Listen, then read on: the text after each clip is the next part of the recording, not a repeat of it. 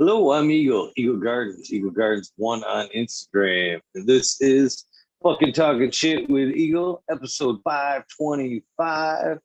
Hopefully you've had a great day. I sure have. We got a great guest for you tonight. Another regenerative farmer. We love them regenerative farmers. How you doing, Michigan regenerative farmer?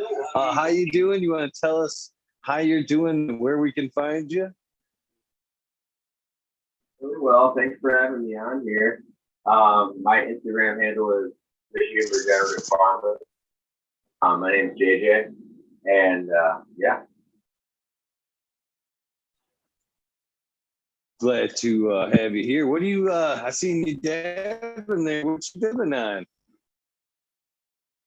I actually was dabbing on my peanut butter breath, the Dry Farms organic peanut butter breath that I had Ohana Farms wash for me this season, and it turned out really, really well. It washed really, really well, and it finished September 30th in Michigan, which is just ideal.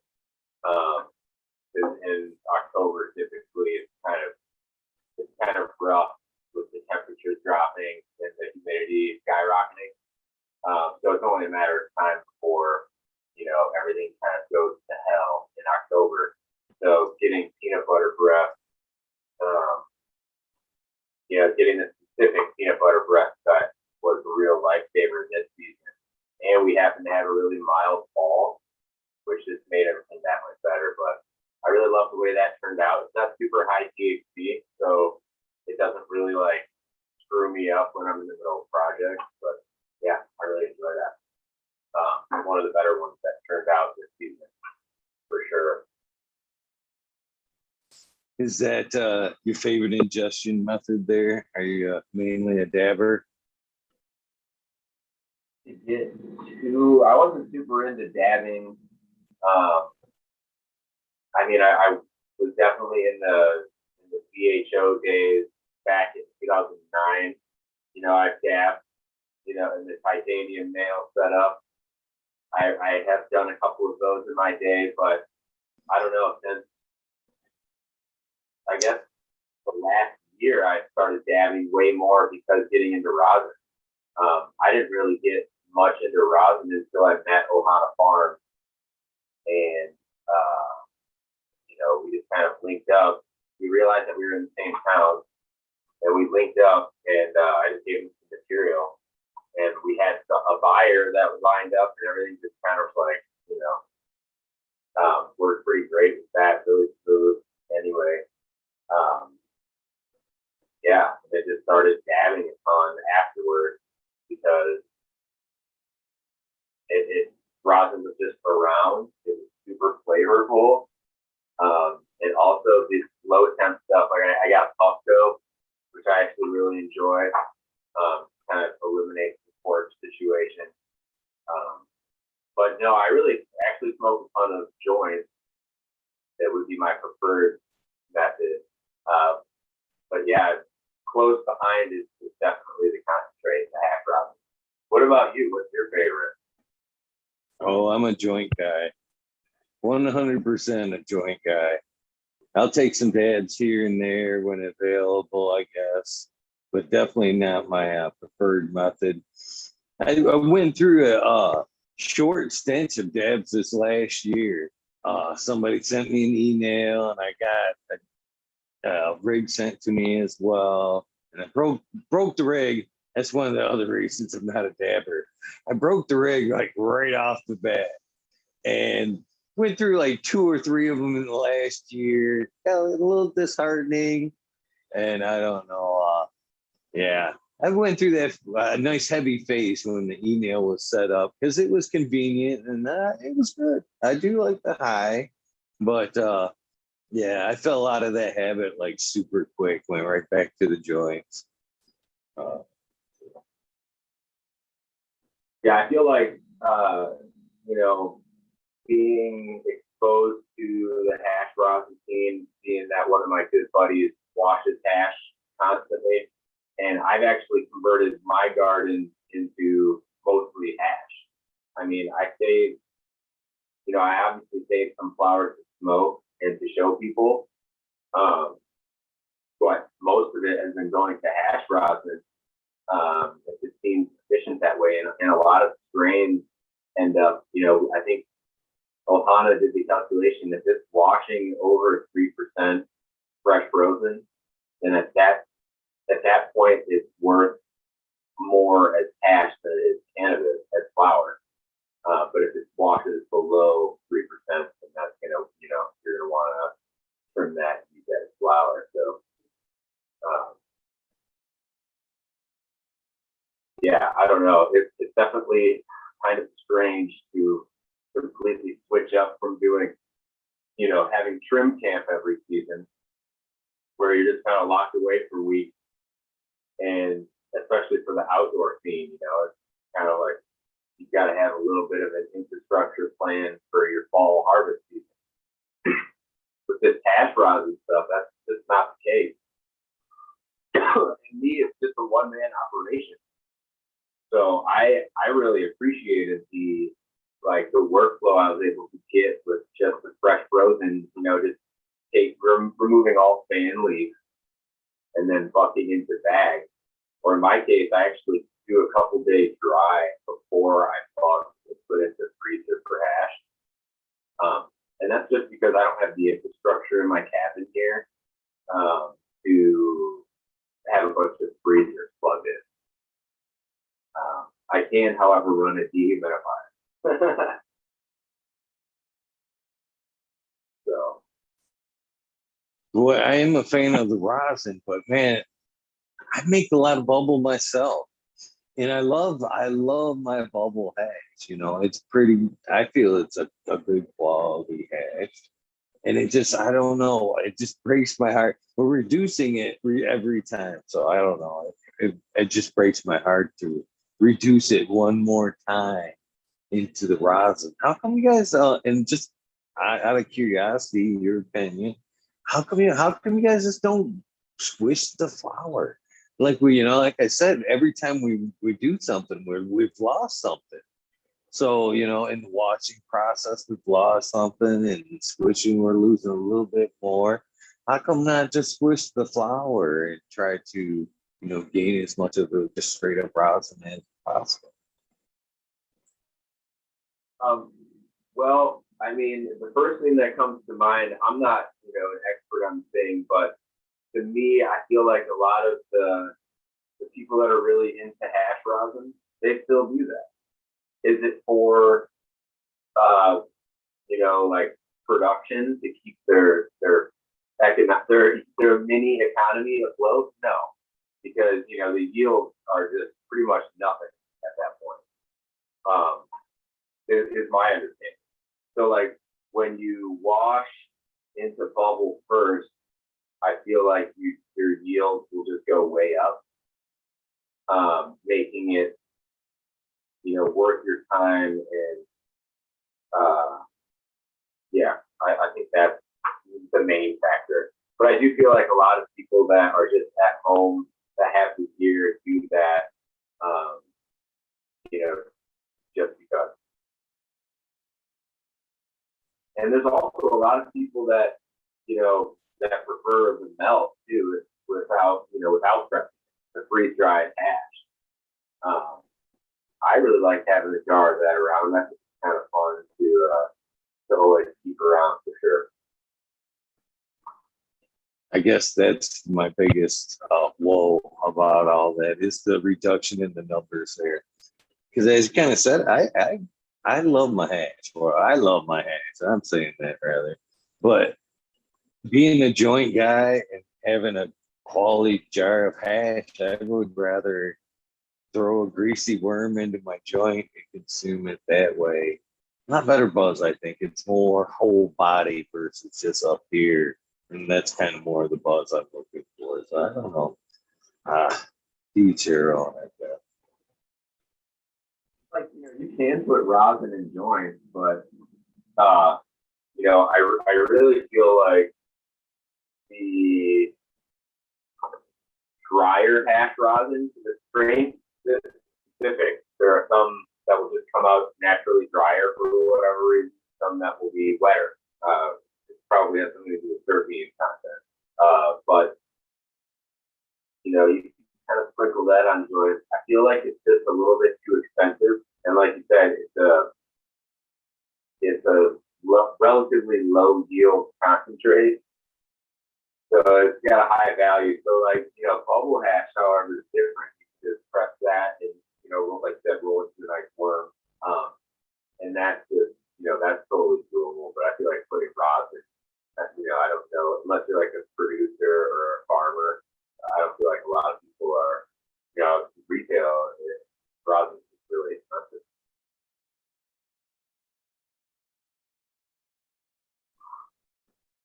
So I guess we should get this thing rolling the way we usually do.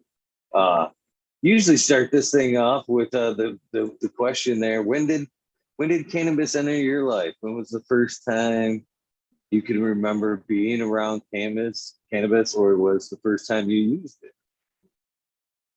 Well, it's kind of funny because I hadn't really thought about that. The first time I was around cannabis, I feel like, maybe I didn't really realize that my uncle definitely smoked cannabis and grew cannabis at his house. But the first time I ever really heard about it is I remember I have two brothers, an older brother and a younger brother. And I remember my older brother coming home. He was in high school. I was in middle school. I was like 12 or 13 or something. And I remember him coming home, and my mom was like, "You're late. Like, what's going on?" I could hear all this stuff. My older brother's bruised in the basement, and he was like, "You smell like weed, or like sound high, or something like that." Like, no, I don't think so. Just like kind of could hear him like kind of run downstairs, and then I was like, "Oh, what's that about?" And my mom kind of was like, under her breath, like, "Oh, he's supposed to be blah blah blah." But so I guess that's like the first time I feel like I remember like really kind of noticing it. But before then, I mean, I was into punk rock music, so there's a lot of like cannabis in that scene, and going to like a Warped Tour, stuff like that. There's like a fair amount of cannabis culture in that, subculture. But my first time smoking cannabis was actually with my older brother in a 1993 Buick Roadmaster, which is a boat of a vehicle, a gigantic station wagon, with paneling, and it's got an LT1 Chevy engine. It's kind of a legendary car vehicle. But anyway, yeah, I remember smoking weed in the front seat of that car, and I believe it had air suspension. So it's really like kind of like floaty. So that was kind of my first experience with cannabis, and my older brother smoked me down for the first time. He also grew one single plant in the backyard. I remember that there's no way my mom didn't know about it. I think she just kind of like acted like she didn't know about it or something. It was kind of a hard plant to miss, it has this electric green to it, and you're like, anyway, yeah. So that was kind of the first thing that got us into it. And my older brother and my mom and we've always been into gardening, food gardening. And that's actually what I did before cannabis, heavy food based gardening. Like, I guess that's where I started learning that. Before I smoked cannabis, I was actually experimenting with gardening. I had a little garden in my backyard, 12 by 22 house that my dad and I built out of conduit. And then, some old type gardens with little mini gills. My older brother at the time was going for horticulture school, ornamental horticulture. So he had all these very interesting, ghost fern varieties. So our backyard in the suburbs really appreciated. And then we grow cannabis in our little backyard, and we made it like a little biodiverse, little biodome there in the suburbs, in that subdivision. And I feel like that's really where I kind of got my seed in cannabis is really heavily part of that. Going to a nice, beautiful spot and smoking cannabis, I think is something that most people that use cannabis have in common. So it's like, oh well, yeah, let's go meet at this beautiful spot and smoke cannabis, or stories like that. But anyway, yeah, that's I guess where I got my start. Probably when I was 16 and really started smoking cannabis all the time. Nice. I remember I had a Roadmaster. I didn't have the wagon. I had the sedan model. But that car did run like a dream. You got that thing on the highway and it practically floated to wherever you wanted to go. That was a good ride car. Yeah, I mean, Buick definitely run. They've got huge engines typically. North Star, Cadillac, I think.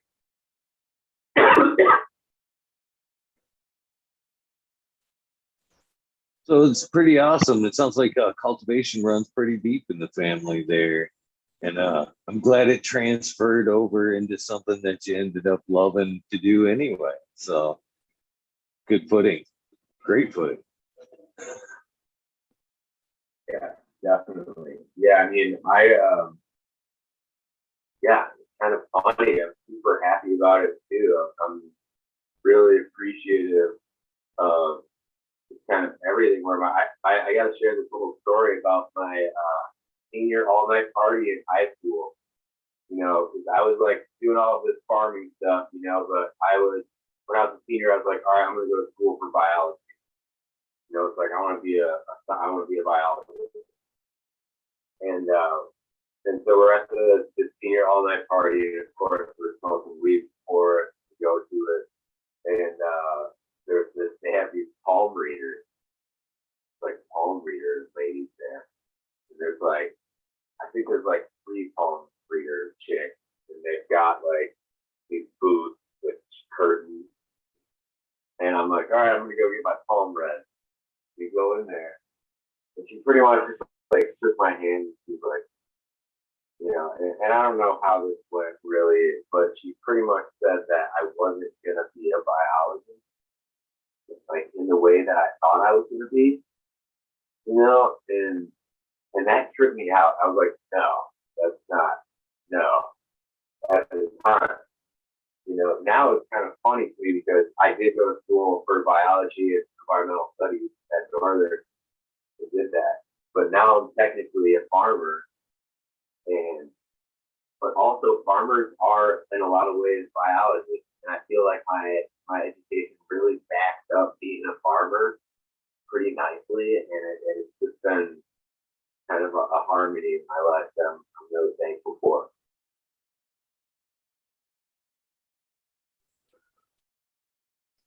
So what are some of the cannabis strains that you remember from back at that time? What were there strains that you remember, or was it still like kind of the pricky weed phase?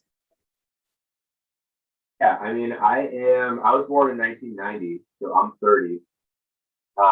Relatively young buck in the cannabis scene. But when I was around there, when I was in high school, we were either getting terrible weed for a cheap price for a large amount, or we were getting really, really actually super fantastic weed for a crazy price. So we kind of bounced around between that, but I remember Strawberry Cough was going around. Chem Dog was going around. Sensi Star was going around. What are some of the other ones? This is before I grew cannabis. Like White Widow. Yeah, those are what I can pretty much remember. That's awesome. Yeah, definitely different times. Different times. 30 isn't bad, guys. I actually envy the younger generation of cannabis growers. There's so much more information available right from the get. More and more strain information, how to grow cannabis, lights. So I completely expect you guys to just take off and take it to a whole new level very quickly because you have such great information to jump with. So, hats off to you guys for sure. It just seems kind of strange. I don't know, to hear those be the first strains, kind of. You know what I mean? I got 20 years on you.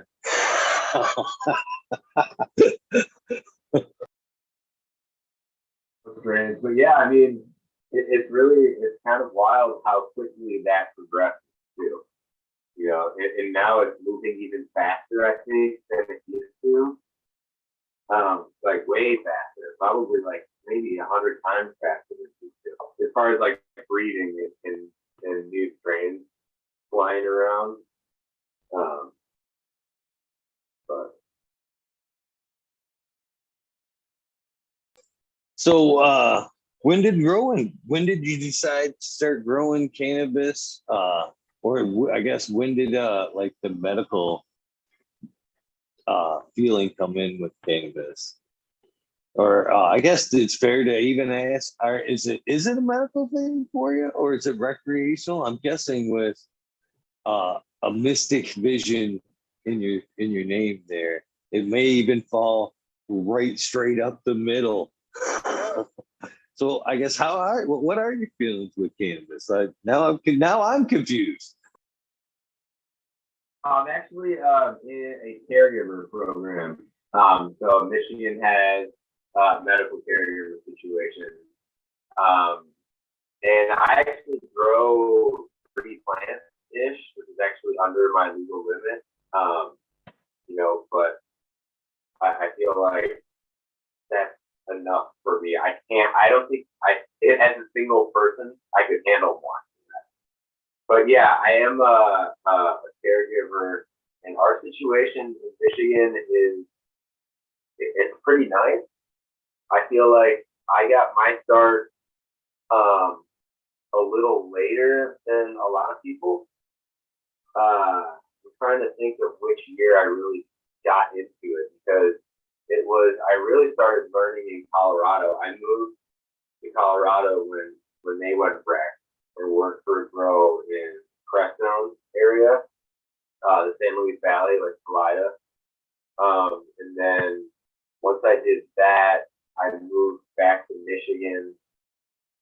I had a hoop house up in the UP, and then went back to Detroit, and then went out to California for a while, and then grew out there as well.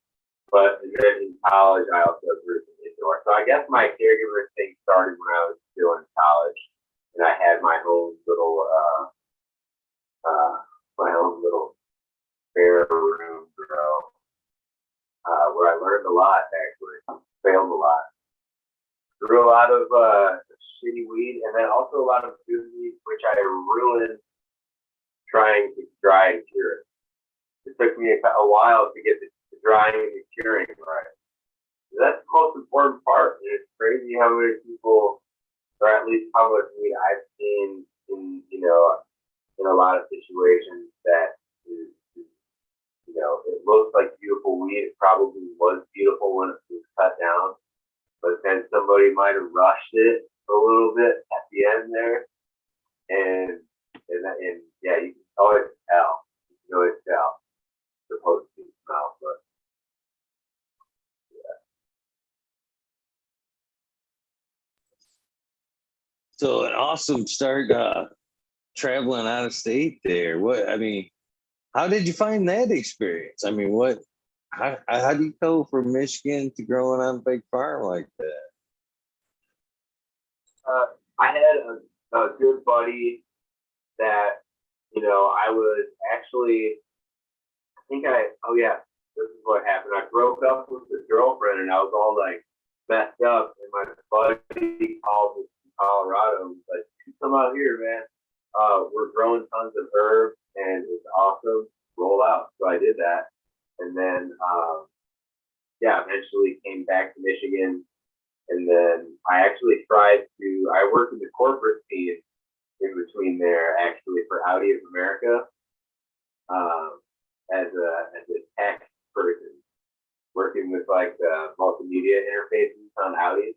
But anyway, I did that for a while and was super unhappy. And yeah, I was like, I got to get out of here. So I linked up with a friend who was growing for Swami Select. And she actually taught me, you know, Korean natural farming for the first time. And yeah, a ton of other skills that are super useful. And I'm forever grateful for cat food. But yeah, so that kind of brought me out there and I got the, you know, Mendocino, NorCal experience for a season. And then once I did that for a little while, Michigan went rec. And I was talking to a couple of rec people, these groups, you know, and so they invited me back to Michigan.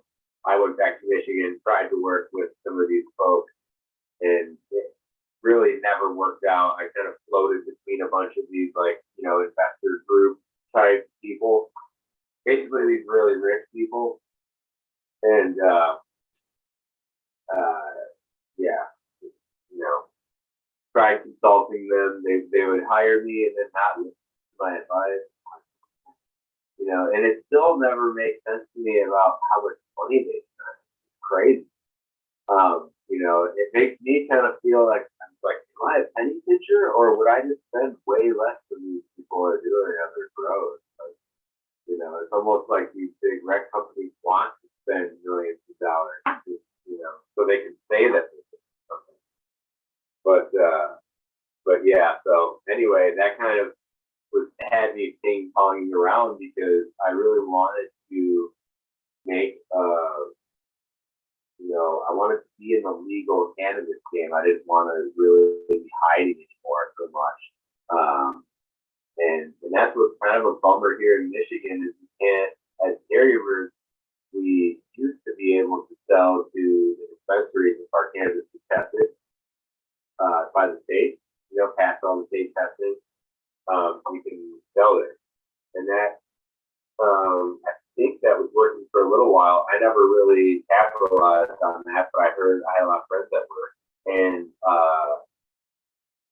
but yeah, apparently there was a dispensary in Detroit or something like that that was importing a bunch of cannabis from who knows where and selling it through the caregiver system. And then, so apparently our governor just kind of caught wind of that, was like, absolutely not, and exited that. And now basically the situation is there's this group of large cannabis companies, direct cannabis companies in Michigan that are kind of going after the rights of caregivers and individual rights to grow cannabis. It's basically cornering markets for their benefit by removing the individual rights to grow cannabis. So that is, I believe, on a bill for March of next year. I can't remember. I'd have to look it up. But yeah, it's not really going in those fast directions as far as, you know, I guess being a caregiver in Michigan. So hopefully we can kind of team up and get what, you know, and do what needs to be done in that direction, you know. Yeah, I feel like we are being unjustly picked on in that circumstance right there. I 100% believe that the whole out-of-state cannabis market probably did exist. There's no probably about it. It did exist. you know, and which is always a bummer. But I don't think it's necessarily the caregivers that are flooding the markets. I've said this before, and I'll say it again. Uh, the scale's really messed up. You and I both know here as caregivers here in Michigan, we have our 12 plants. We're allowed that 2.5 per patient, which are stringent numbers. Those are stringent numbers to kind of fall in, keep it all the time. So I don't believe that somebody that's honestly trying to stay in the system and be on the up, that's where the problem lies. Okay. Now, we've recently passed recreational cannabis, 12 plants per household, and those numbers are unfairly just.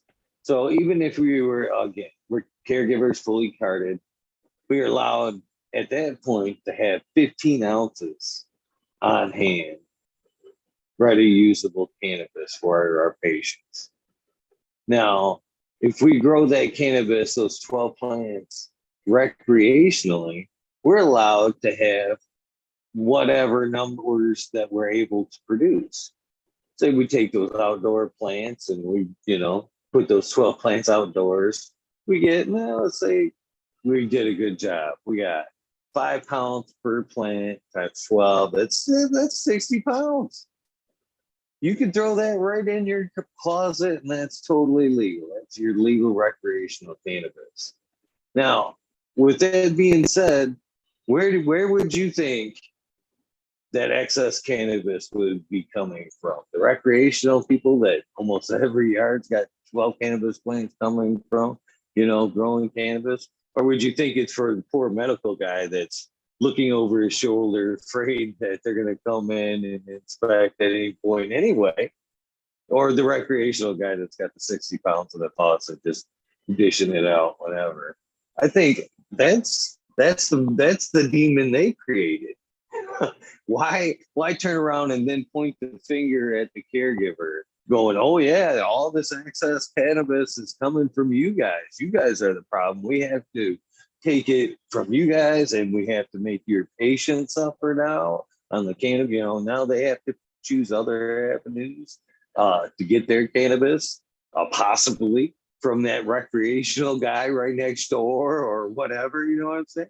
I think that we're being unfairly picked on in that matter, to be honest with you. I would say that it's surprising, but it is not surprising because this is predatory behavior, like predatory free market behavior, except for one side has an advantage and one side does not have an advantage. So it's I can't. It's an oligopoly. I can't remember what it is, but it's basically a small group of businesses that dominate the market. And, it's like they're picking on caregivers because they think that is going to bring more of the market their way, more of the money their way. They want to steer the money into they want to corral, So it's just like, it's a predatory business technique. Using the government, which would technically be like crony capitalism, which is a mix of like commerce and government, like when commerce and government are linked together, because they are lobbying against, or they're lobbying in favor of their own commerce. Is that correct? Does that sound right to you? My terminology, I guess. Yes, sir. It sounds right. Yeah. Yeah. Having the, just feeling that pressure from these folks that are just kind of moved into the scene and are just kind of wiggling hard. Like I'm just like young. I'm just like 30-year-old guy that's only been growing for a fraction, a quarter of what a lot of Michigan growers have been growing. Like I am far from a Michigan OG caregiver, and it's like I know that there's a lot of people that did a ton of work. And this is a lot of work before the information age kind of took off. This is like when it really was difficult. So, I don't know. It's a shame to see these people kind of get pushed under, pushed aside kind of effortlessly. Like these people are just passing all of these crazy things, whatever they want. I don't really want to call them crazy, but like just like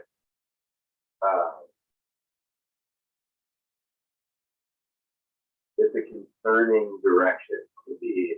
It's a concerning thing to watch unfold. Because it's like all we ever really want to do is this. I'm not in this. I don't do this to buy Lamborghini. Like I'm not interested in doing these things. It's like I just want to live like a regular, simple life, growing cannabis and food, for the community. And it's like I don't want to have a ton of access. Like I don't want to even fill my caregiver card. Like I don't want to I don't want to be excess. I just want to be like, and I feel like there's a lot of folks just like me that like the supplemental, and a lot of people do others. This is just a side gig for a lot of folks. A lot of caregivers are like, I actually love my job as a plumber, but I also love, blowing up my basement with living soil beds or whatever, and it's like people ought to have the freedom to brand themselves and then enter that market if it's clean cannabis tested by the state. And it's not like we're asking all that much. It's really not a complicated thing. And I would be happy to pay taxes on whatever. Like I don't really care. Just the fact that it's happening and you're able to just the fact that you could do it. And it almost seems silly hearing it out loud, like how simple of a thing it is. Like, oh, I just want to all life growing a little bit of cannabis, selling it to a store. And it's like, why is it being made this huge thing? It's just fighting over customers. But the thing is that there's no fighting because anyone that knows about cannabis does not step foot into the dispensary. It seems like I don't know. I've never really been into the dispensary and bought cannabis. I went to our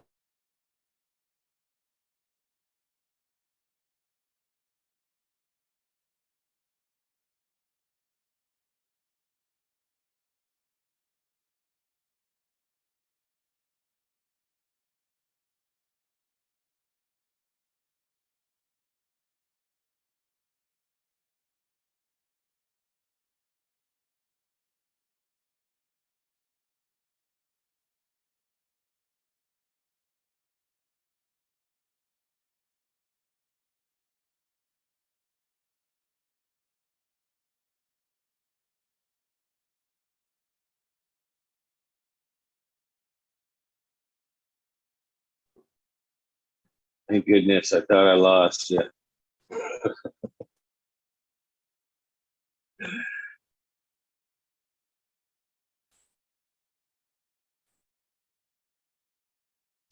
You're muted. I just noticed that. I was checking my headset, but you were muted, right?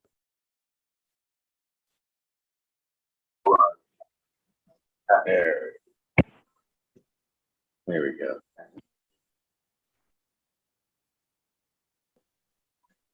So when you come back to Michigan, what did that first grow look like? Was it indoors? Did you go outdoors? What was your experience like when you came back and started? my band name, and we had a little hoop house together. trying to remember what the strains were in there.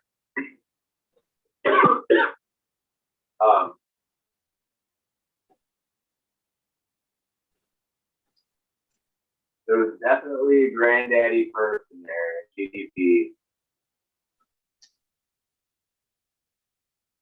Aside from that, I could not tell you. But that was a great one. And then, yeah, I had that little room in town in Marquette. And that was just 600 watt HID. That was a little bit before the LED craze. I think that was like 2013 or 14, something. I can't even remember. I have no idea. But yeah, it was really kind of lots of plastic. The hoop house had pallets, we had 100-gallon pots on pallets because it was so swampy.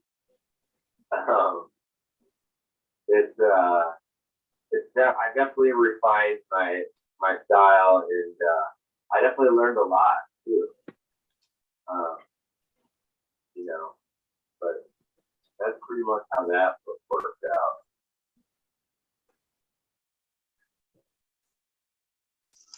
out. So are you still growing in the hoop house today, or have you came indoors? I don't grow outside or inside anymore. I grow exclusively outside. I was thinking about setting up a room just for the fact because I honestly miss cannabis in the wintertime. It's always been kind of my goal and dream to live and work with the seasons, and kind of use the winter to rest and learn more, maybe travel, train physically, yada yada. But I mean,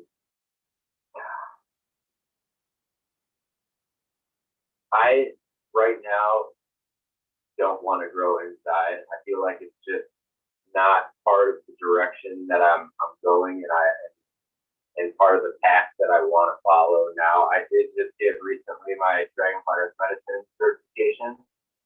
So that's even more motivation to kind of cut out the energy intensive things in my life and move toward really like being in rhythm with nature and following that seasonal trend with northern Michigan.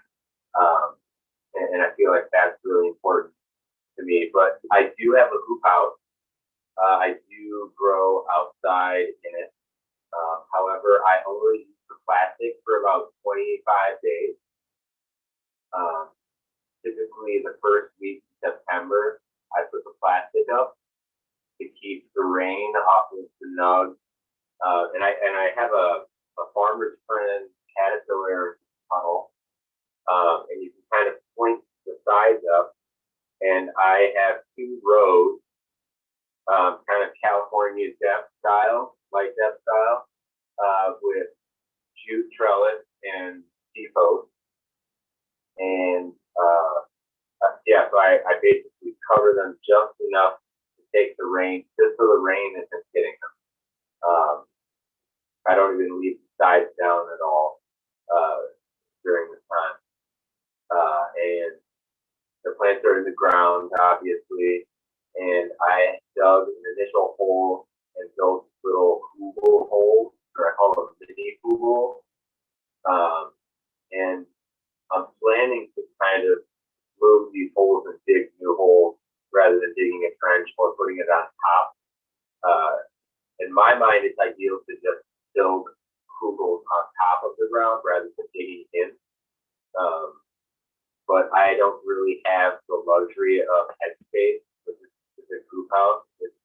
I think at the tangent of the hoop, it's 7 feet. So I grow small plants. And it's actually becoming important and really awesome to grow cash plants because it really doesn't matter the size. I mean, it does matter still. You want to fill out the space, obviously, but I feel like the hash plants have been good to me. It's growing, staying small.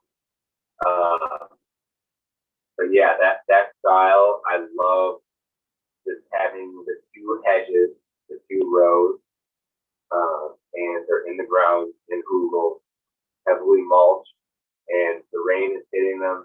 They're getting the stars and moonlight, and they also are not watered by me. I did not water my plants; it was watered by the rain. This was last year. I did do some watering. This year, I would walk up there, and I'd be like, maybe they want water today. It's gonna be a hot one.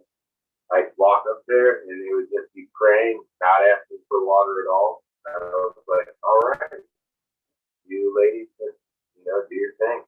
And I feel like the microclimate where I am, specifically in the Chain of Lake area, we just have a lot of water around. There's a reason why fruit trees thrive in this zone. And yeah, I feel like Canvas really enjoys it. But yeah, what else to see here? I also have a small personal garden that I just do outside with no rain covering. But my main garden, I do try to keep the rain off once there are a few weeks in the flower. I found that quality goes up without the rain contact,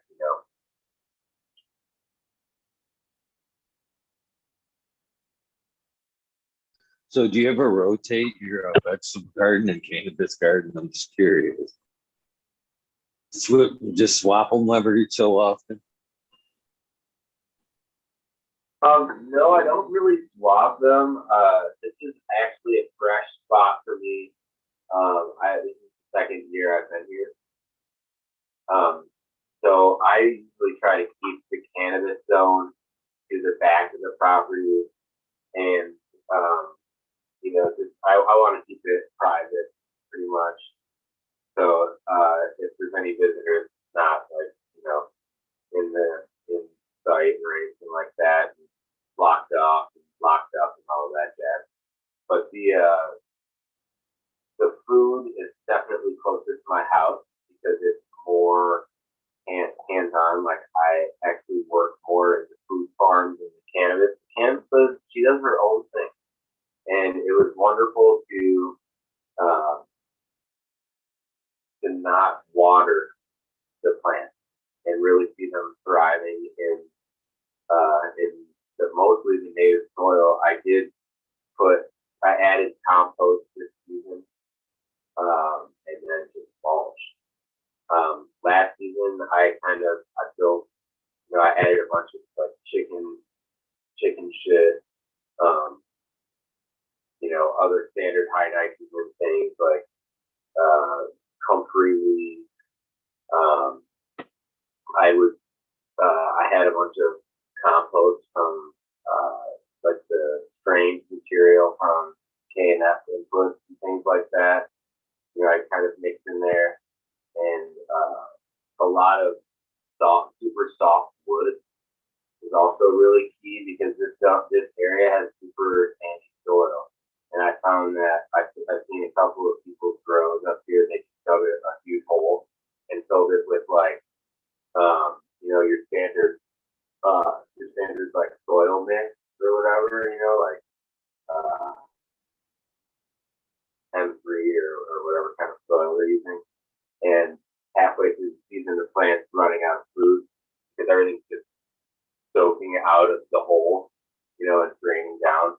I found that the rotten wood at the bottom really acts as a sponge to hold moisture and also is kind of a barrier to hold the biology in there. I really feel like, if you're adding biology and you're trying to build the soil, it really helps keep things there. I feel like sand has this if it's too well drained, then it's not going to get enough moisture for the biology to really thrive. So I really kind of look at it that way. I'm like, all right, I need to get a bunch of this super moist, rotten wood in there, not only because it holds moisture, but also because, it's a good carbon source, it's a good home for microbes, there's a lot of good stuff in there still to break down most of it. So yeah.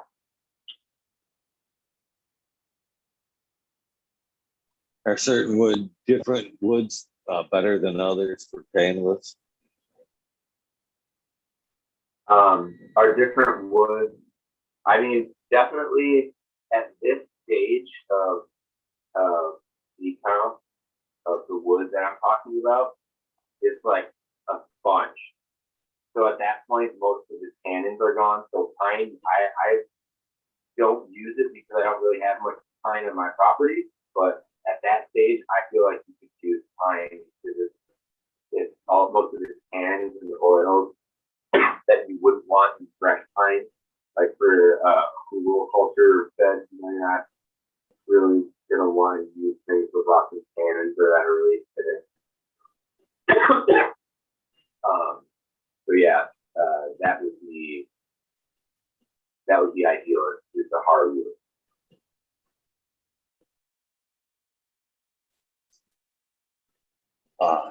Yeah, it's awesome to see you starting out so early in your cannabis career, certified Dragonfly Earth Medicine there. They're awesome folks. I had them on last week and you had a chance to meet them for as close as I have, you know, virtually getting to meet them. Great folks. And what a great message they're spreading. So it's nice to see you're on board with the program they're putting forward. That's definitely an awesome group of people for sure. Definitely, I have so much love for the Dragonfly Earth Medicine family, and you know, they've definitely been an inspiration for me, and they're definitely role models in my life. You know, I hold them in very high regard, along with everybody in the Dragonfly family. It's definitely a blessing to be a part of this community, and it's also a blessing to be held to that standard. You know, it really kind of, I think I mentioned it a little bit before, but it really kind of kicked my team into overdrive. It's even more inspiring for me. You know, it makes me want to do more, and yeah, and go further and harder in that direction of peace and unity, and you know, bringing back diversity, supporting community, supporting connection, and really kind of bringing that into communities that need it, you know, and inspiring other farmers and farms to do the same thing, you know, because I feel like it's such an intuitive thing that each human being can resonate with connection. But everyone, really anybody, that if you boil it down, it all kind of comes to connection and community. And it feels really good when, you know, you have that deep connection with the land, that deep connection with friends and family. And I feel like now more than ever, people are craving that connection. And you can see it in all of these different filters. You know, like there's a lot more people buying property in the woods than ever before, it seems like. You know, I feel like there's a calling happening, and there's lots of folks answering it. And I, especially in northern Michigan or our area up here, you know, there's it feels like a renaissance that's kind of happening. You know, a little bit of I don't know. I guess it's like it's kind of hard to put words around, but I really feel like people are starting to kind of crave that connection enough to do something about it.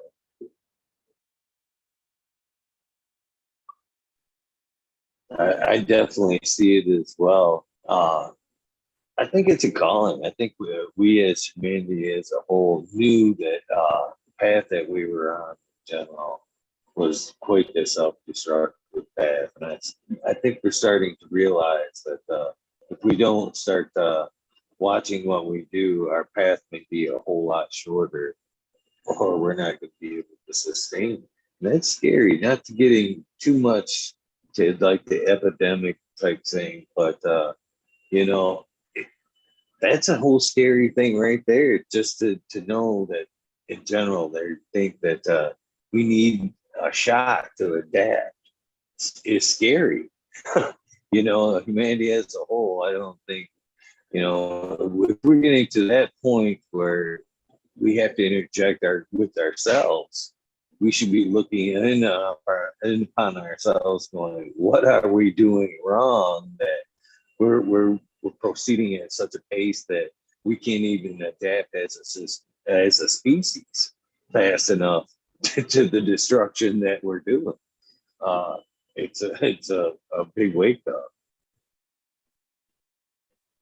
I mean, it's kind of funny that this is being brought up because I was just having a conversation with another friend where, our technology is progressing so quickly, but our biology is not. We don't live. I was saying that this might be kind of controversial, but like, if you can imagine human beings living, longer lives, like our bodies lasting 700 years, so multiple lifetimes worth of wisdom, is then we might be able to catch up with our past enough to, be wise. I feel like a 700-year-old human would have a different outlook, right? Like viewing the earth from a different perception of time, and viewing cultures differently from witnessing them firsthand. And I feel like there would be a lot of that's kind of an interesting thought. I was just talking to a friend about that today, actually. I was like, well, what if we're just kind of frustrated chimpanzees that just live for a blink of an eye? We have this tech, and we just kind of bang, bang, shoot, shoot, and then, pass away. And then the next generation does the same thing because we're not wise enough. It's just moving too slowly because our biology doesn't allow us to live long enough to be wise enough to do. I don't know. It's kind of a tricky thing to think about, but and I was also watching this. I was watching the newer Total Recall movie, which is also kind of a trip, but it's along the same vein of like this like weird dystopia that is kind of happening right now. Uh, there, it, people are confused. People are confused right now. Oh, yes, sir. Yes, they are. And I'll tell you what, you talk about like movies, brought up the Terminator. Yeah, that thought of the future is scary. But I tell you what, some of the scariest shit I have seen lately wasn't a movie. It was a release from Facebook I watched yesterday about its tactic into its new approach into the metaverse. And I tell you what, that was just mind blowing, and in my opinion, some scary, scary shit. I mean, that's I don't even know if I just want to be somewhere strapped with a VR thing in my face for a good portion of my day and not out enjoying the plants, the sun. And not only that, putting value into computerized items. The NFT that I see there, like, oh, you can digitalize things, and now these things are going to have value in your fake world. And I'm like, I don't think I want to be there. I think I want to be, like you were kind of saying, I would much rather be off in the woods in a much more real realm than such a fakeness that is developing in my mind. It's just two different realities. One, you get tired of one, you strap another one on, and I don't. Ugh, it was scary and sickening, to be honest with you. It was honestly worse than any sci-fi movie that I've seen lately. Absolutely right. It is scary, and the reason why, in my opinion, that's scary is that I feel like so there's another way of doing technology. Like if we started way in super early, man, we started technology in a slightly different way. You know, if human beings were slightly wiser, you know, it's like, you know, this is a big what if.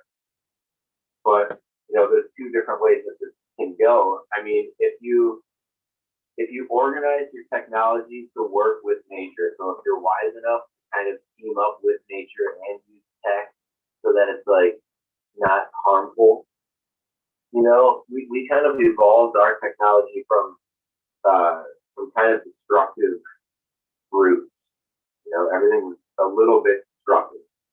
You know, coming from now. I mean, if we utilize our knowledge now, if we had our knowledge back then, you know, I feel like it would be more harmonious. We would be able to develop tools that are more efficient and, you know, more in harmony with nature. But you know, I feel like this like industrialized, um, commerce-based, you know, diversity, rejecting equipment. You know, it just had one goal. You know, and the goal was profit in the end. So a lot of the technology is profit-driven technology, which I mean, which a lot of times I feel like it's destructive. But you know, it's designed to exploit the land somehow. You know, exploiting it by selecting, you know, what species lives on that square footage. You know, and that is, you know, has led to a lot of problems that kind of live off of that. You know, that it reverberates off of that in a domino effect.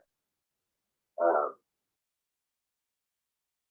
but yeah, it's kind of a hard thing to really talk about because, you know, I recently posted this Buckmaster Fuller quote where it was like, he essentially was saying, like, you can, you know, bitch and moan about stuff, but if you don't have you know, a replacement, then you can't really talk. You know, you need to make the existing plan obsolete.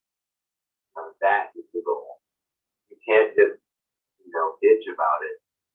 It's like, no, we need a solution that makes the old world obsolete. And that's like an effortless task. That is harmony. And that is achievable for sure. Thoughtful behavior and connection with each other, you know, using resources and using each other. I feel like, you know, stuff like that is totally attainable.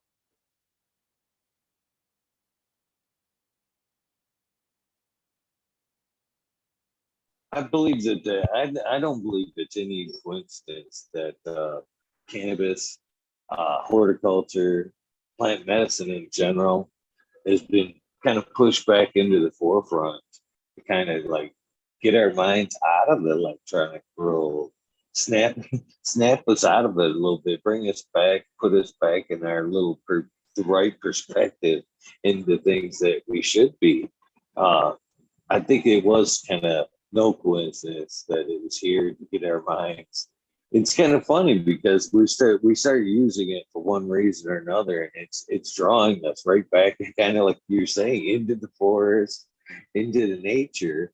You know, we start growing up, we start using it for one reason, we start cultivating it. We've been blessed to be able to cultivate it.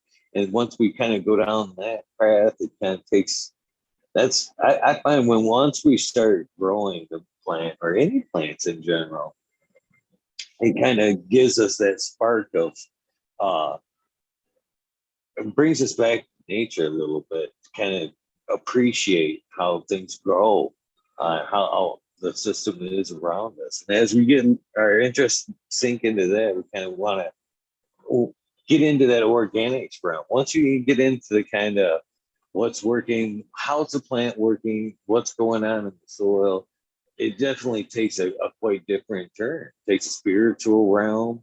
You kind of really realize once you get into microbes, kind of your small place into the whole system. And I greatly appreciate it. I really believe that, you know, cannabis and plant medicine has kind of been sent back. It's sent back to us to realize, to put us back into check, to know, give us that can-do attitude that we can make ourselves healthy again and make the earth healthy again. Because she's sick, that's for sure. And at the rate we're going, where we're poisoning everything for all the wrong reasons. Our electronics, we're constantly digging up the earth, the metals, batteries, all kinds of shit, and then poisoning, turn around and using our waste now as nutrition. That's how ultimately we got these nasty salts and shit. Was trying to, it was a con man's game to use their waste. And what did we do with that? We turned around and started poisoning the soil with it. I don't know. It's time to put ourselves in check. That's for sure. Yeah, and I really think that it's definitely, it goes back to this connection that people feel, you know, and it compounds, and like you said, plant medicine really whispers to people that connection, you know, for sure. You know, it's like, oh my gosh, I will start tearing up about it because I you know, journeyed super hard on mushrooms this summer and had a really excellent connection with nature, you know, just by myself in the middle of a field, you know, with the moon just, you know, beaming down on me. And, you know, it's just like in those moments, you kind of realize the connected, like how connected you are with everything to the point of where you're like, it's almost overwhelming. And, you know, at this point, there's things going on in your brain, obviously, like there's psilocybin involved. So, you know, it's like, there's a lot of that going on, but, you know, that overwhelming feeling of connectivity, of connectedness, I feel like that plays such a huge role in the shift in people's perspective, you know, in the world. Like, you know, a lot of people that feel stuck or depressed or just kind of not really in touch with themselves or really anything. And there's a lot of people that feel that, you know, and using cannabis is in a similar way, but I feel like, you know, mushrooms, psilocybin can definitely push you into a little bit of discomfort through it, kind of breaks this feel with a little enough discomfort to kind of wake you up to be like, oh boy, you know, and I feel like that cracks open the shell of, you know, of your old perception, your old self, and it kind of forces you to see with a new perspective because I mean, there's no other choice really. And once you see that perspective, I feel like if you're in nature and you're exposing yourself to nature in that state, I feel like the message is so powerful that, you know, that makes a lasting change in a positive way. You know, to the fact where, you know, for example, when I was, you know, pretty stoned on psilocybin in the middle of that field, my friend's field, the moon was coming down. And I was actually going over there because I felt sick to myself. You know, I was squeaky. I was like, oh boy. I met some microdose over microdose. And, you know, I'm going to pee and probably throw up over here. So anyway, I start kind of like, you know, feeling real queasy. I'm like, oh boy, I'm getting on all fours. It's happening. So I get on all fours, like, you know, kind of, I'm like had all these thoughts running through my head. I'm like, oh no, I ate too many mushrooms. I'm gonna puke. I feel like I look like a rhinoceros right now on all fours in grass. Because it would be like ornamental grass that were really tall. And so I feel like a wild animal with the moonlight on me and on all fours, and I'm kind of retching, because I don't feel very good. And this cat comes up to me, or no, I hear some rustling in the grasses next to me, and I'm like, oh boy, with my luck right now, it would be a skunk. Thankfully, it wasn't a skunk; it was my friend's cat. I'm pretty sure it was my friend's cat, but it just came and kind of soothed me. And when I was in that state, seeing that animal and it's coming out of the grasses was, A, so trippy. B, really meaningful. Like I've never really felt a connection with cats, but like when that cat came to me and that, it felt like it had a really deep sign, and I guess I had a moment in nature I had a moment of appreciation being in that state, and I guess that would be if someone were to ask me what like a main psilocybin benefit would be, it would be that, that the value of that experience and what that does to your heart in your ability to connect with them. I feel like that really opens the floodgates. It can definitely crack open a closed heart. I feel like I was trying to think of a quote, but I think Neil Tyson said it or something, and it can be applied to soil and biology and microbes as well. But Neil Tyson says, he's like, well, when I look up at the stars, I used to feel so small, but for a lot of people, it makes them feel small, but it doesn't make me feel small. It makes me feel big, connected, because I know that the atoms in my body, they came from someplace. The matter that it came from someplace, and that someplace was a star eventually exploded. So it brings about, those thoughts that's not false. We're made of the same thing, and that connects us. It's not this subjective thing like a belief. It's like, it's like, no, we're connected to that in a really real and meaningful way, and I feel like getting close to nature and using plant medicine, even if it's a joint, it doesn't even have to be psilocybin. Psilocybin is too powerful for a lot of people, which is groovy, like, different strokes for different flows. But, using cannabis, you can feel these same connections. Like, I smoked some cannabis in Hawaii National Park, like all the way at the top of the volcano or the caldera is. It was like, man, awesome. It was also like an experience with whoa, this is, a moment of deep connection.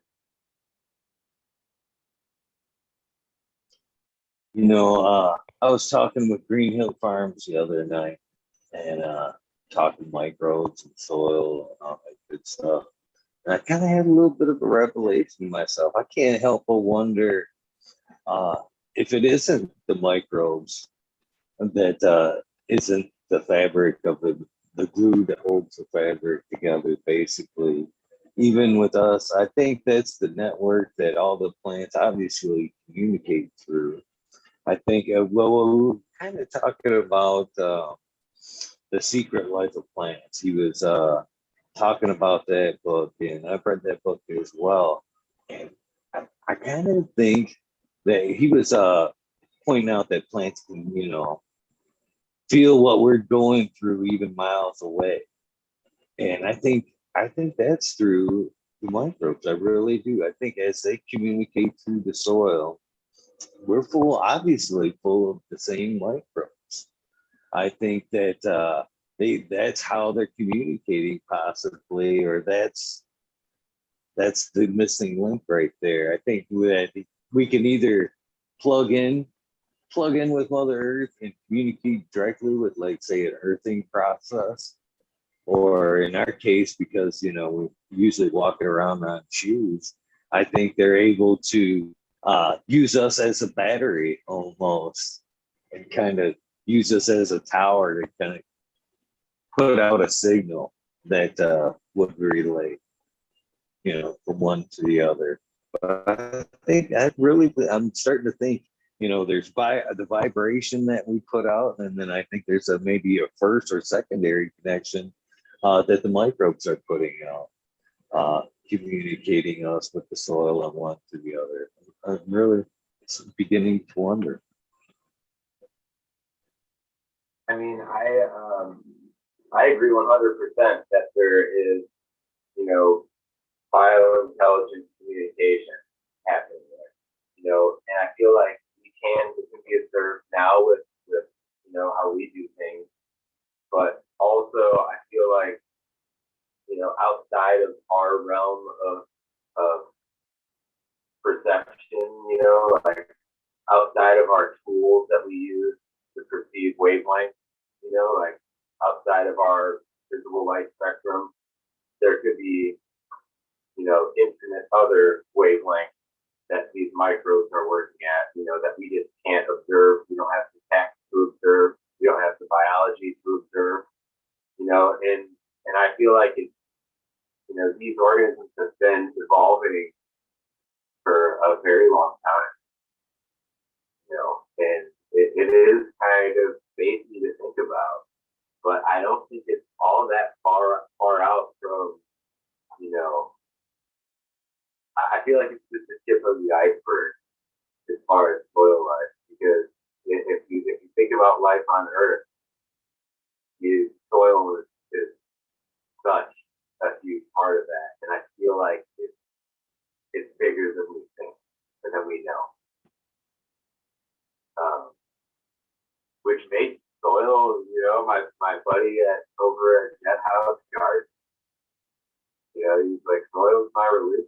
And in a lot of ways, soil is definitely, such an important and powerful force, for sure.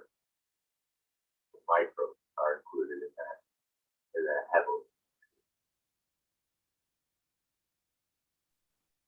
Definitely, probably something to that, for sure.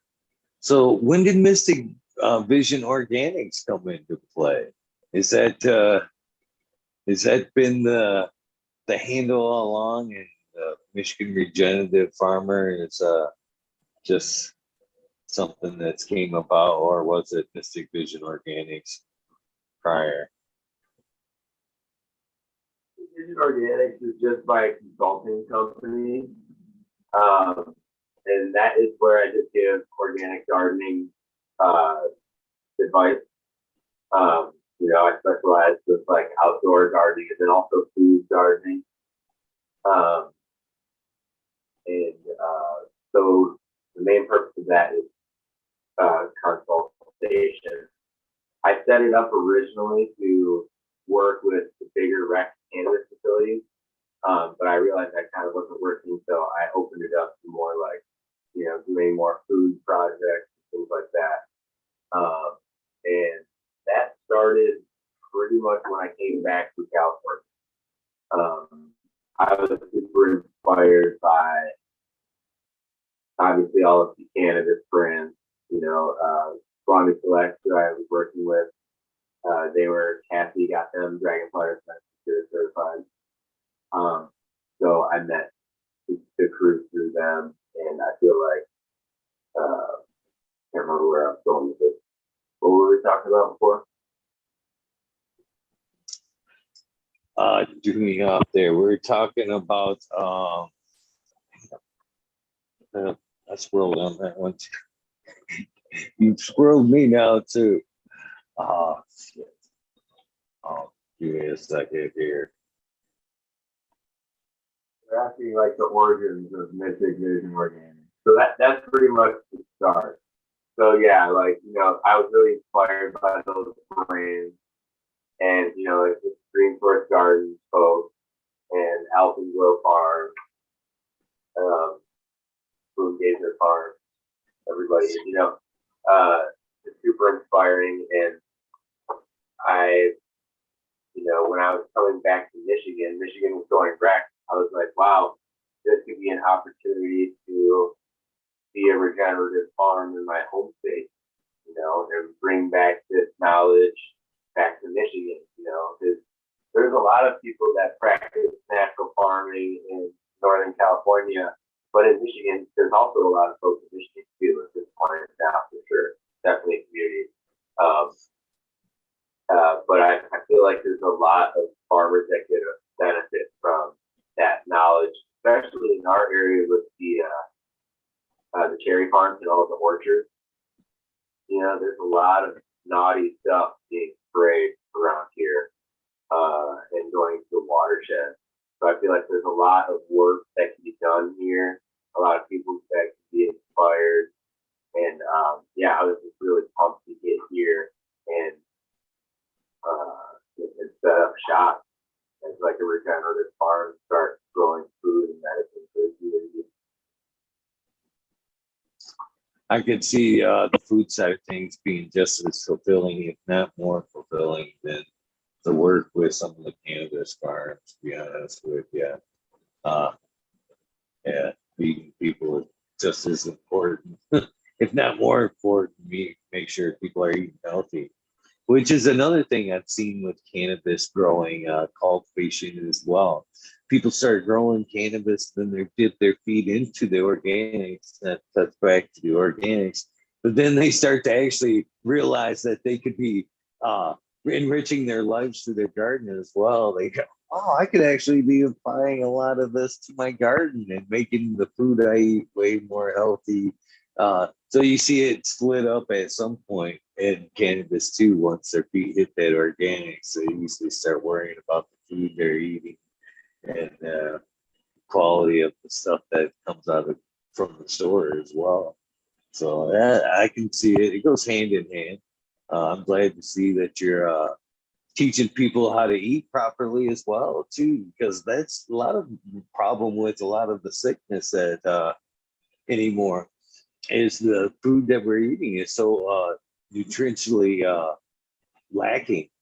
No minerals, no necessarily nutrients left in there for us, and we need to be worried about the food we're eating. I mean, the food is brutal. It's sugar, all of it. In one way or another, most of what Americans eat, unfortunately, is sugar in the form of like carbohydrates or just straight up sugar. I mean, I think I looked at a pop bottle recently, and it had like 50 grams of sugar per serving. And there was like 2 servings. There's 100 grams of sugar in this. And it's like, that's terrible because it also is making like people heavily addicted to stuff. So it's just like, and like you said, also, there's no nutrient density of food. It's pretty much not there because, and, and not the best way, not the most sustainable way, not the most,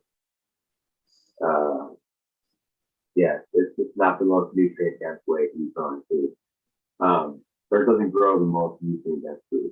Say that, a lot of hydroponic farm tomatoes, for example, that's like an easy example. Anyone can grow a San Marzano in their backyard and have a nice delicious tomato and see the difference, but yeah.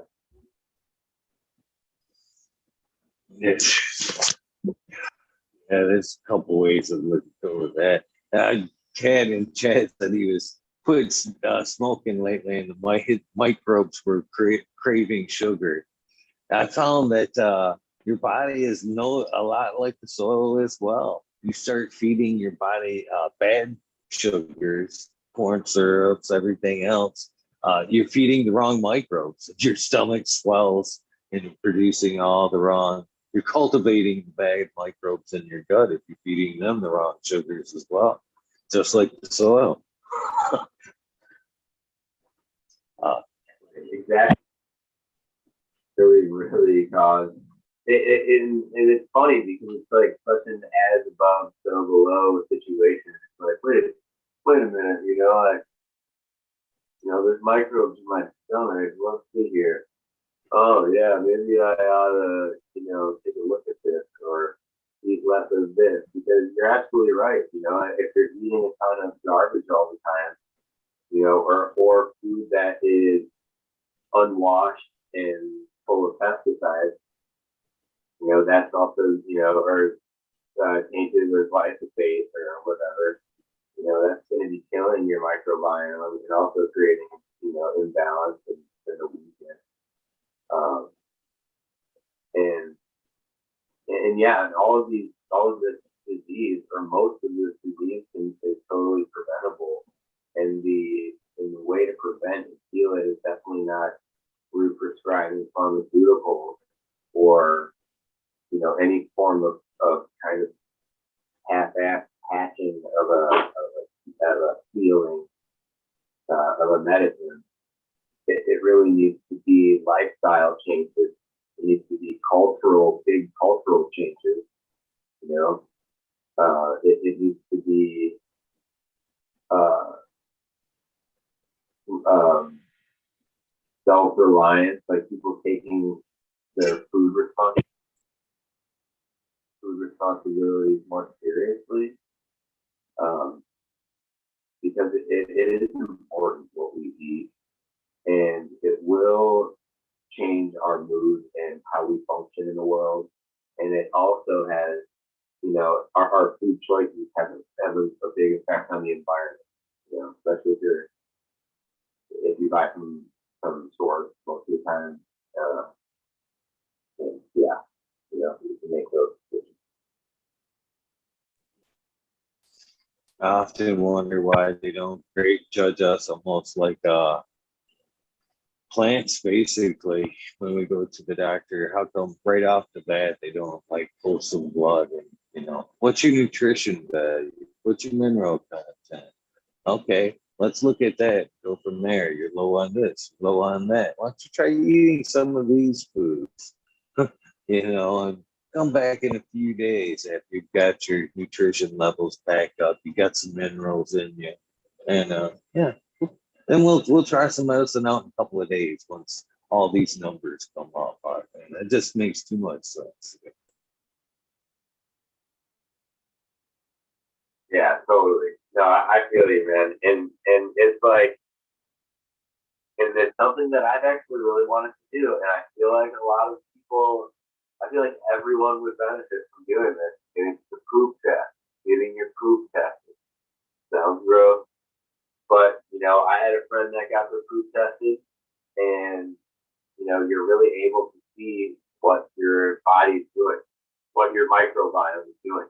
They analyze the food, they're like, well, your microbiome doesn't want to, digest this clearly, blah, blah, and there's a lot of info that you gather from that. And it's kind of like getting your soil tested, testing your own human soil. But I really thought that might be a good one, because it also will detect, like, if you're sensitive to food, or if your body's having a hard time digesting oil. There's a lot of things that you can find out with that test. So that's kind of cool also. But yeah, like you said, blood too. I mean, I'm sure there's a lot that you can tell from your blood. I feel like making all of these tests super available and cheap would be good, because it would get people looking into themselves sooner. If we're getting an MRI scan every 7 years or so, we're not going to miss much. There's not going to be a lot of time for these like diseases to manifest. And I feel like in general, maybe people would be moved to make better choices sooner in their life. And if you have large populations doing that, that might do a little bit of positive. Might have a positive change, positive effect.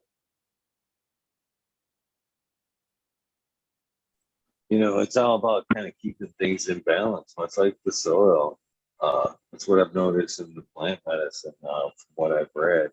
And it just makes too much sense. You get too much of one thing, you need to balance it out with something good.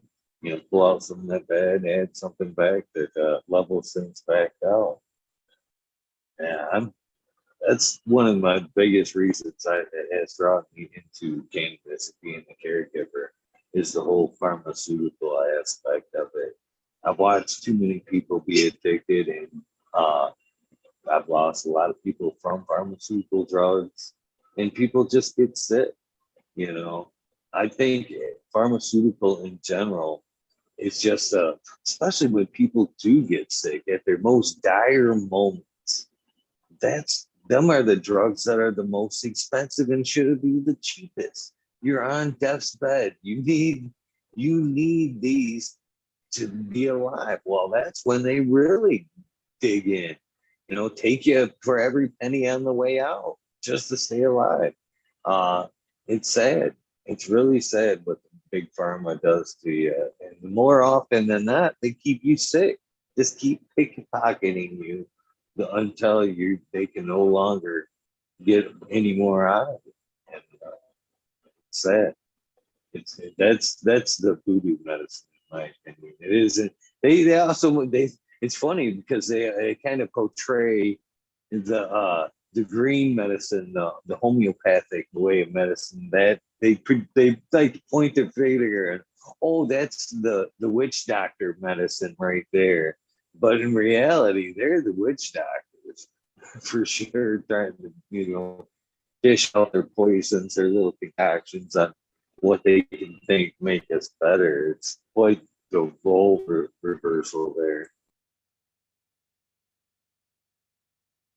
Yeah, it's really kind of an upsetting cycle that happens with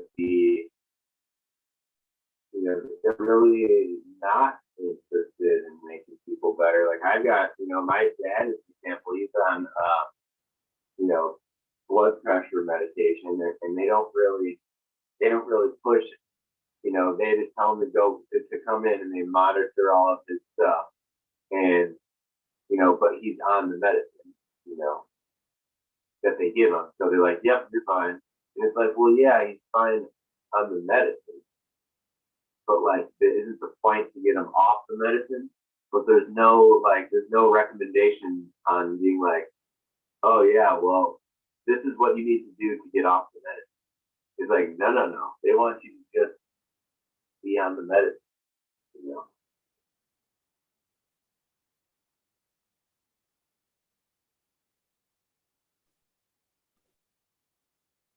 Yeah, it'd be nice if we could figure out a better way to sustain ourselves.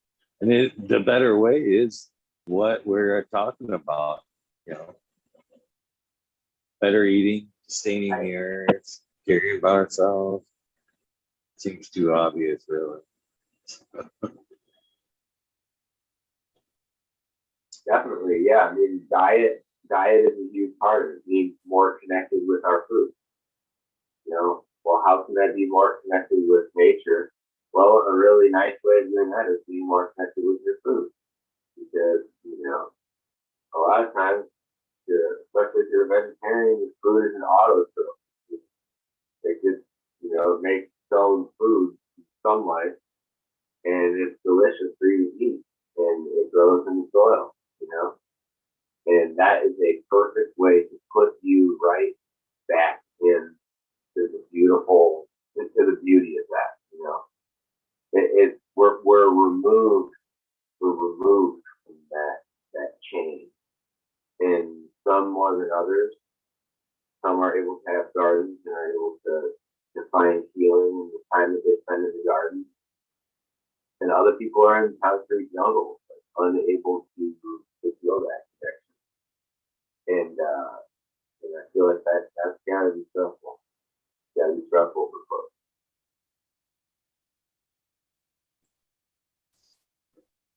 Well, I just wanted to check in a little bit. You talking about getting back to nature there kind of reminded me that we had an early start in the morning. I just want to check in how we were doing at time. We were still good if you had to get going there. 5 a.m. I said something about 5 a.m. It comes pretty gosh darn fast. Yeah, well, it's not too big of a deal. I'm having a good time chatting with you. It's been fun talking about these topics. Both enjoy it. I've been having a good time. Glad I've had a lot of good time myself. So are there some kind of draw back to cannabis a little bit there? What are some of your favorite cultivars that you like to grow? Are there some that you keep in the stable, like to keep around? Are there some that you'd like to try for next year? I have such a vast answer to that question, and it is peanut butter breath.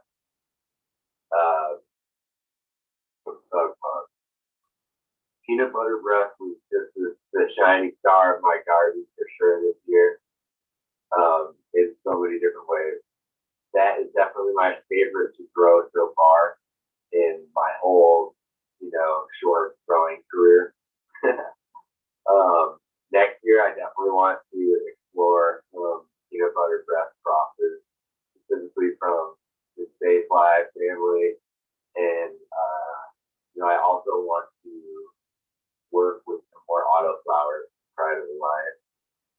I ran, I'm not sure if you're familiar with it, but it's called Lion's Claw.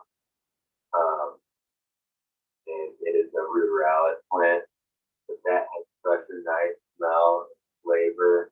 It grew really beautifully for an autoflower.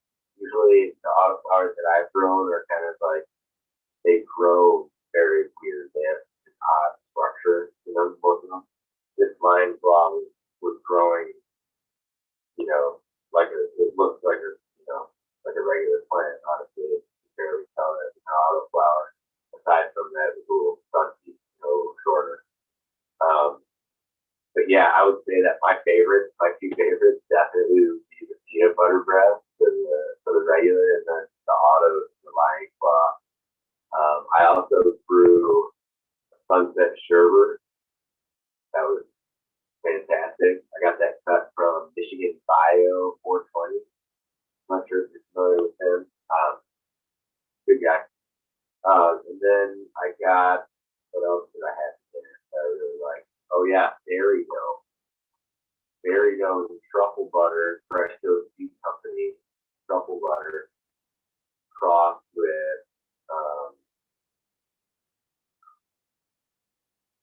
I don't know, you would have to ask New Religion Genetics, CC terms. That would be his Berry Dough. But that was a really, really nice smelling plant. Super frosty. It had the same smell of like powdered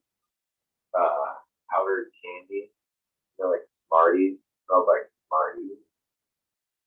It really sandy heads. So when you touch the dug, it's not like you have wet fingers. It's like you have these granules. And yeah, it wasn't a producer for those beautiful plants, so Berry Dough is also up there. I find them sandy ones are better for the dry sip myself. Nice. See, that sound nice. Really, I checked out the Instagram. That Sunset Sherbet looked beautiful. Beautiful. That's for sure. Thank you. Yeah, I love them so much. And I also really have been digging my new phone that I got last year. take pictures with. I feel like it was just night and day difference getting this nice camera phone or this iPhone that has a nice camera. Because I was like, I had an iPhone 6 or something before, and I went into the AT&T store and they like almost laughed me out of it. They're like, wow, what is this cheap thing? I can't believe you still have one. But anyway, I got that and it's been taking awesome pictures. I've been having a super fun time taking pictures. And yeah, I can't wait for next year. So that's why it's a little bit sad. Oh man, now I've got to wait a whole year until I can have some more nub shots. But also, that's not true because the ruderalis, I think, comes down in July, or it does come down in July.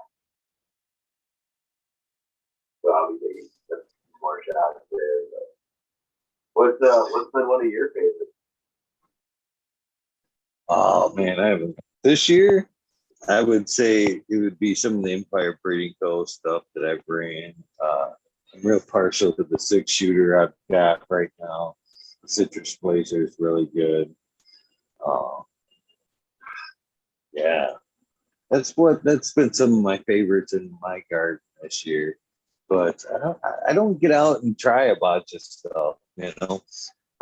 Basically I've been a seed tester for a long time, and I'm always got something that isn't popular here.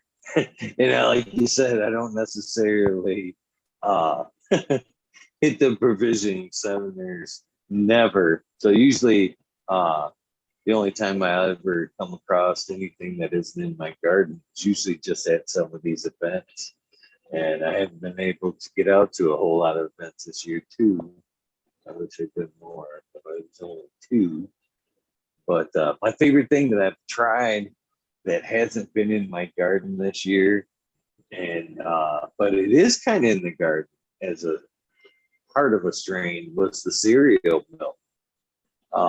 It's amazing, super amazing. It's probably about the best stuff I've tried that isn't in the garden this year. And but I'm happy to say it is in one of the strains that I'm growing right now. So I'm kind of hoping that it's lenient, very heavy to the milkman side. But or that's the cereal milk is the name of the strain. Milkman is the name of the strain that I'm clarify. I didn't say that correct. But yeah, that's 2 of the current favorites. Yeah, I've heard of those. Those sound pretty good for sure. I wonder, is that a Tiki Madman strain or something? I think he has some kind of milk, or maybe he has his own cut of that or something. I don't know. Yeah, I think you're right there. But that was definitely a beautiful strain, but super tasty. Super tasty. It's tasty when I actually smoked that at one of the events there. And I had gotten it from one of the vendors because, like I said, I knew it was in one of the strains I was growing. And as I passed by, I was like, "Ooh, that says cereal milk. I want to try some of that and see, what I should be looking for in that strain that I've got." And I took that back to the booth. And I rolled that up in a big old fatty, and everybody that I passed, whole group of growers, you know what I'm saying? And everybody that hit that one was like, "That's good." What's that? And I was like, "That's that cereal milk." And I was thinking, man, I hope that really comes out in that cut there. I actually kept that. I've got a milkman male. Not that I am making some seeds this year for basically a community project, but I'm not making them for sale or nothing like that. But I did keep one of the males from that pot just because I thought it would be funny to have a male cannabis plant around here by the name of the milkman. It just seemed fitting.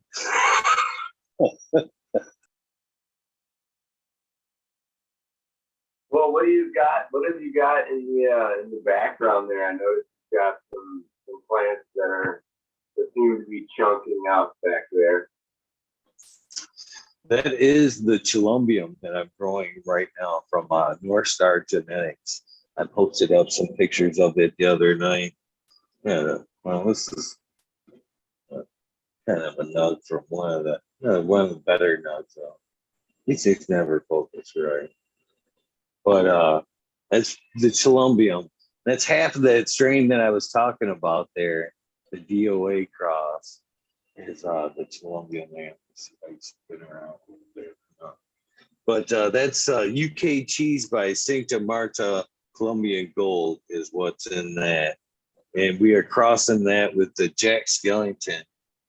Check me by my glasses. Oh, well. We're crossing that with the Jack Skellington and passing that out to the community.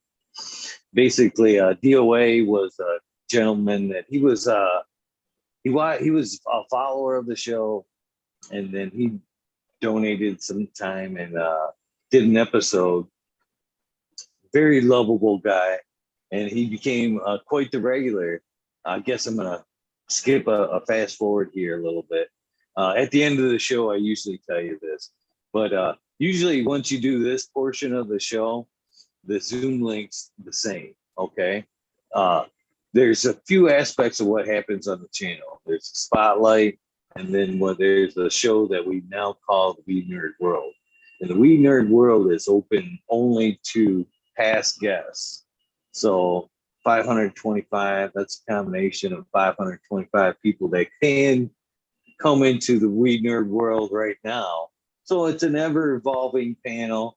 If you see it on and it's something that we're talking about, soil or mushrooms or whatever, and you want to jump in on the conversation, you don't even need an invite. You're like, hey man, I want to smoke and chime in on this. So that's how We Nerd World works.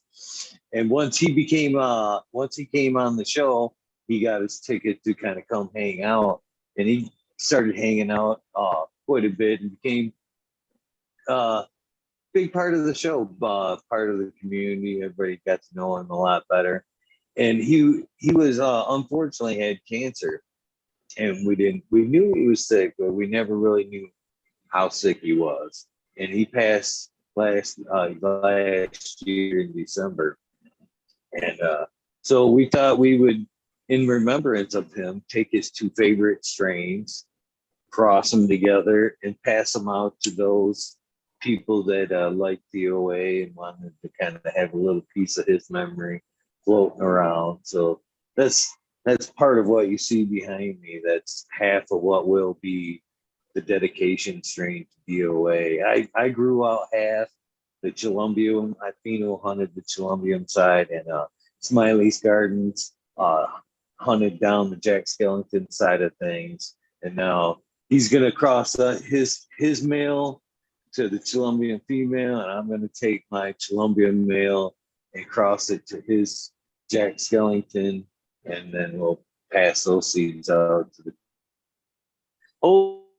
further the project on, take to the next step. Maybe if some people who grow out the strain find some really good winners, maybe they can pass them back, and we'll cross them up again and pass them out one more time until we have something that's really nailed down. And, we're something we're as a community proud of, I guess. So pretty cool, I think. So that's a great friend move, and I think that she would be very stoked about that. And super happy and super appreciative. You're a great friend, it's a great community. And yeah, like I said, thanks again for having me on here. It's been fun talking and chatting. And, I've been meaning to do more things like this and kind of getting out. It's not something that I have done much of. It's like, chatting or even having Zoom conversations like this, but it's something that I do want to do more of, especially in the wintertime when the farms slow down and I have more time to reflect and learn. I feel like it's a really great way to practice communicating these concepts. And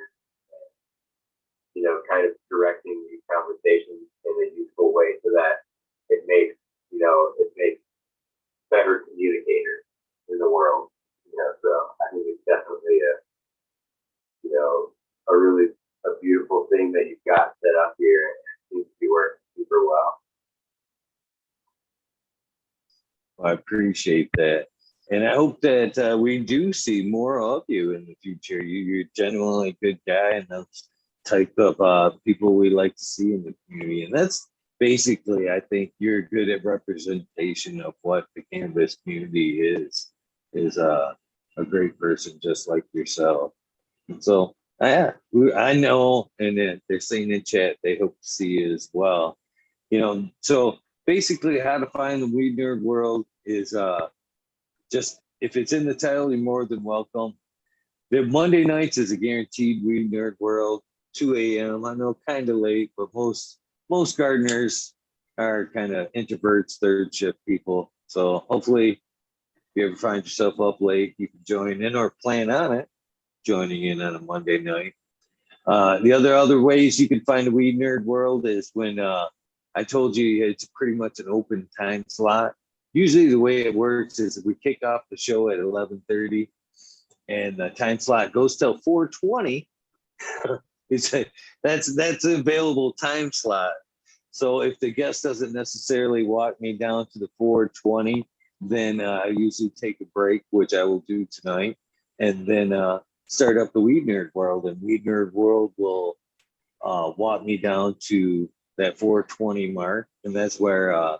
So anytime you see Weed Nerd World, you're more than welcome. Anymore, you might be able to catch it in the AM hour because as the community is getting more and more involved, that I lost control of the Weed Nerd World long ago. Long ago, it became way bigger than anything I wanted it or I thought it would be. So nowadays, I'm starting to appreciate the daytime people, and I'm letting the past guests take over at 4:20. So if there's like somebody that wants to like take over once a week on a certain day, hey, yeah, I'll take over Thursday and then run it for a while till I get bored with it. So there's been a few volunteers and now that are taking it from the 4:20 mark and running it into the morning hours. So you may be able to catch it during the early morning hours too, if you're not a late night person. You can catch it around 6, 8 a.m. sometimes now too. So makes it a little bit more easier to catch. With that being said, there's one last thing that I'd like to get from you before you go. And basically it's what I call the sound bite. It's basically like a radio identification thing.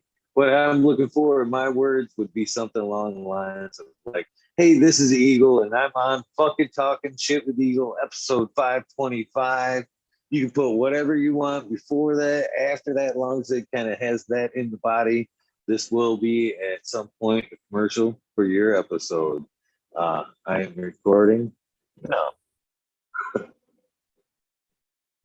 Hey, this is JJ from Mystic Vision Organic, and this has been fucking Talking Shit with the Eagle. Episode, what was it, 525? I hope to see you next time. Heck yeah. Thank you, my friend. It's been an awesome night, and time is the most valuable thing we have, and you gave me a couple good hours, and I'm very grateful for them. I'm wishing you luck in the woods tomorrow, my friend, and again, one last thank you. It was a great meet. I look forward to seeing you again. Likewise, appreciate you having me on. I hope you have a good night, man. All right. Take care, my friend. Those of you for watching, thank you for watching. If you're not going to join, take some time and head over to Weed Nerd World. I thank you for your time. You guys hopefully know the deal by now. Take time to do something nice for somebody. Random acts of kindness do save lives. I'll see you in a few minutes in the Weed Nerd World. Thank you again, JJ. Have a good night.